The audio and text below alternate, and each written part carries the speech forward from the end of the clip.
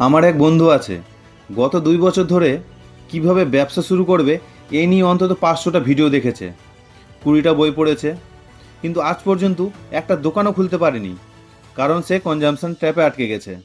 আমাদের ব্যাপারটাও ঠিক এরকম। আমরা ভাবি যত বেশি জানবো তত বেশি সফল হব, কিন্তু আপনি সাঁতার কাটার 100টা ভিডিও দেখলেও সাঁতার শিখবেন না যতক্ষণ পর্যন্ত আপনি জলে না নামছেন।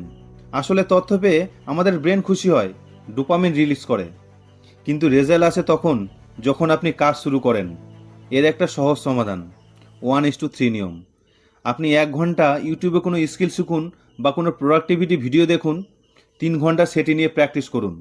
1 ঘন্টা কোনো রান্নার ভিডিও দেখলে 3 ঘন্টা রান্না করুন। 1 ঘন্টা ব্যবসা বিষয়ে ভিডিও দেখলে 3 ঘন্টা ফিল্ডে নেমে কাজ করুন। তথ্য না জমিয়ে কাজ জমানো শুরু করুন।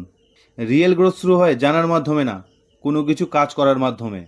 আপনি কি আজ থেকে কোন কাজটি করছেন কমেন্টে জানান, আর এরকম প্র্যাকটিক্যাল টিপসের জন্য পাশে থাকুন।